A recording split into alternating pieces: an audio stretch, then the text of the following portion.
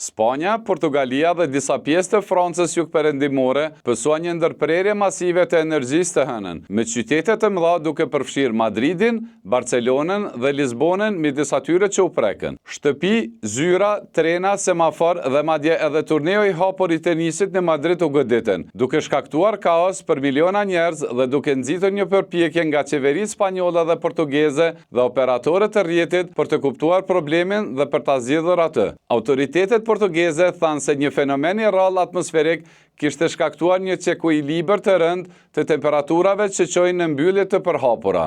Për shkak të ndryshimeve ekstreme të temperaturës në brendësi të Spanjës, pati lëkundje anormale në linjat e tensionit shumë të lartë, një fenomen i njohur si dridhje atmosferike e induktuar. Këto lëkundje shkaktuan dështime të sinkronizimit midis sistemeve elektrike duke çuar në shqetësime të njëpasnjëshme në të gjithë rrjetin evropian të ndërlidhur. Rreziqet që u paraqiten sistemeve elektrike nga ndryshimet e mëdha në temperaturat atmosferike janë të njohura mirë në industri, edhe nëse është e rrallë që problemet të shfaqen në këtë shkallë.